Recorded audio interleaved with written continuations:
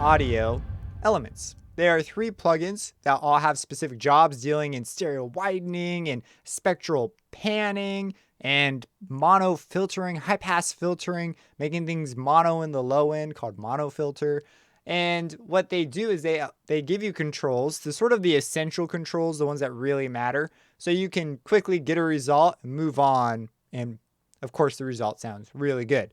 So let's go ahead and just dive right in and let me just show you each one and quickly apply it because they are very, very fast and easy to use.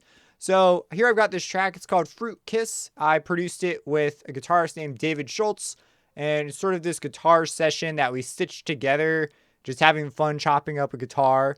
We weren't intending to make a track, and we came up with something that I think is pretty quirky and unique. So let me go ahead and just play for you a bit of this so that you know what this original sound was.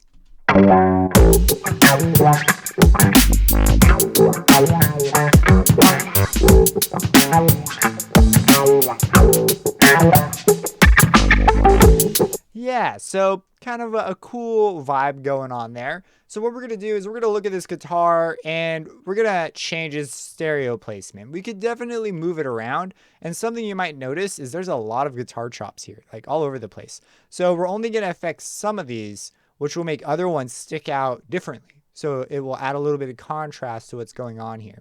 So on this channel, I'm going to add a Stereoizer. This is typically the first of the 3 I grab because stereo widening is usually one of the major things I'm considering first.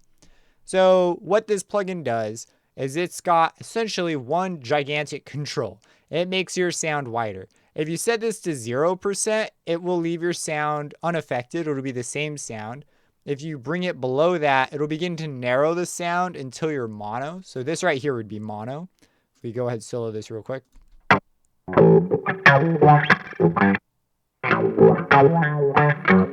If you're wondering too, those gaps are just other samples that would be played right there.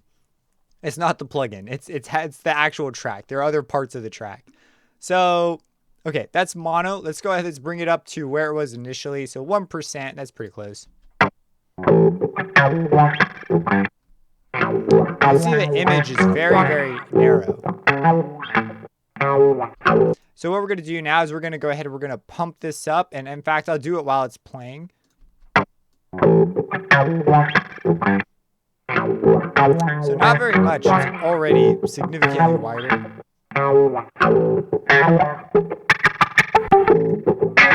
And what's nice about this is it's mono compatible. So if it ever sums down to mono, like say you're playing it for someone over your phone, you don't have to worry about it suddenly disappearing because of phase issues. This is a mono safe way of making something wider.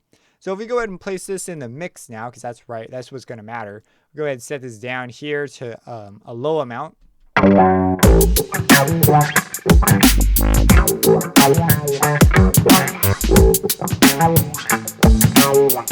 And right here, you can hear what I was describing before. We've got that dun dun.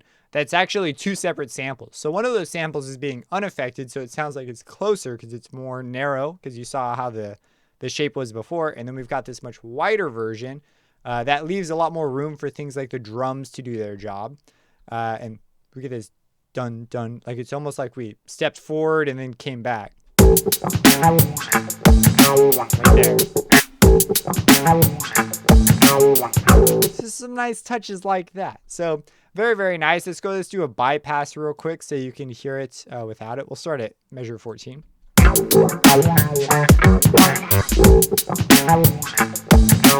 Now we'll turn it on.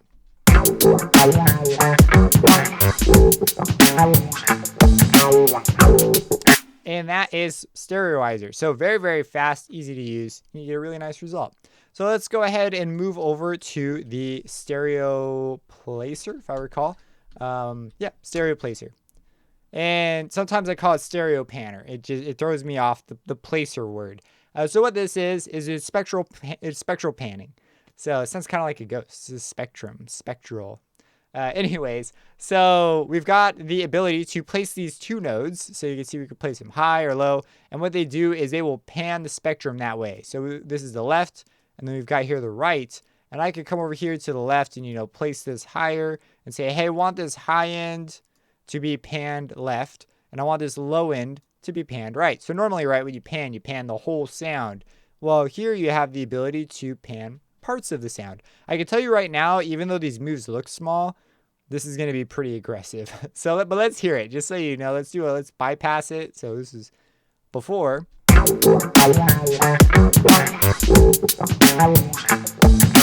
Here's after.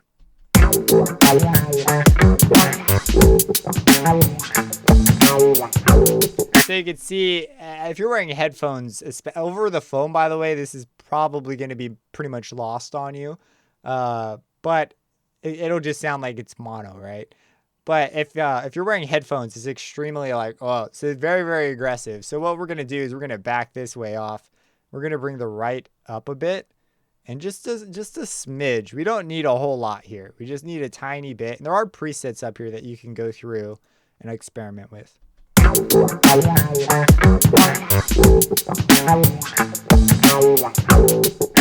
And that is Stereoplacer. So let's go ahead. I'm actually going to settle this down maybe a tad bit lower.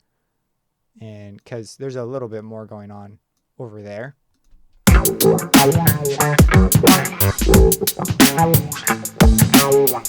So here's before.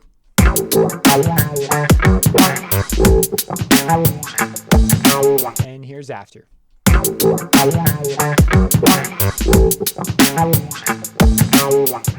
And this is a plugin that in a lot of cases I might have be more extreme, and then I will automate it to move it around and make it sound like that dun dun. Maybe I have this on just one of those so that it sounds like it's been moved, and then I leave it off for other parts, because it's pretty easy to get some extreme shapes with a tool like this.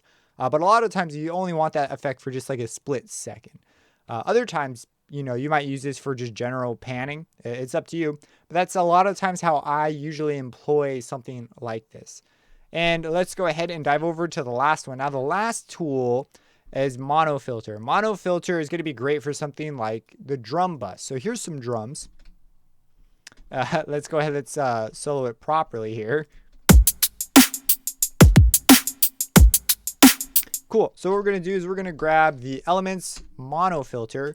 Monofilter has two things on it, two things going for it. It's got a high pass filter and it has a monofilter. What monofilter, it sounds kind of like, whoa, what is that? What monofilter is, or like what is a monofilter, is it just simply takes the low end and makes it mono up to some point. And this will show you the phasing, the phase relationship that you have down here. So you see, I've got these crazy phase moves.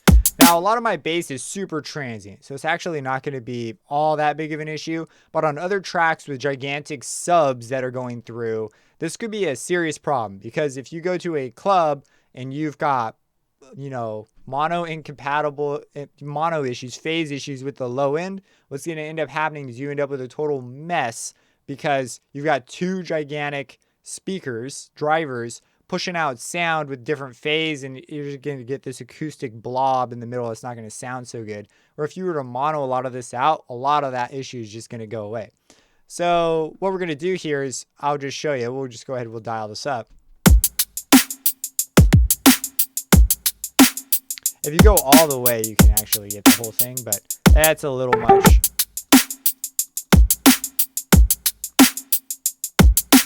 Probably somewhere up to like there-ish.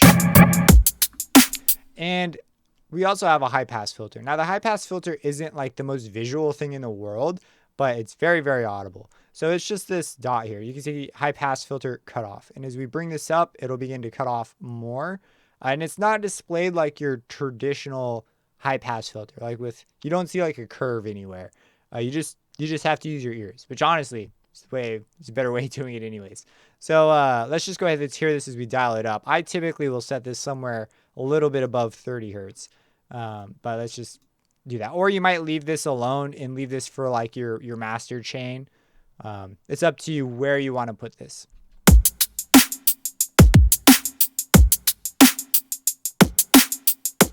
So there's the high pass filter.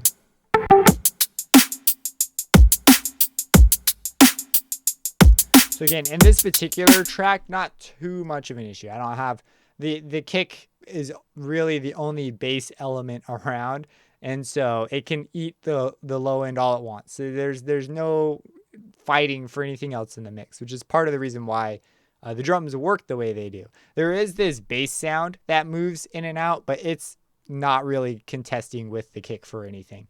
I could scoop the low end out of this no problem and keep most of the character of the bass sound.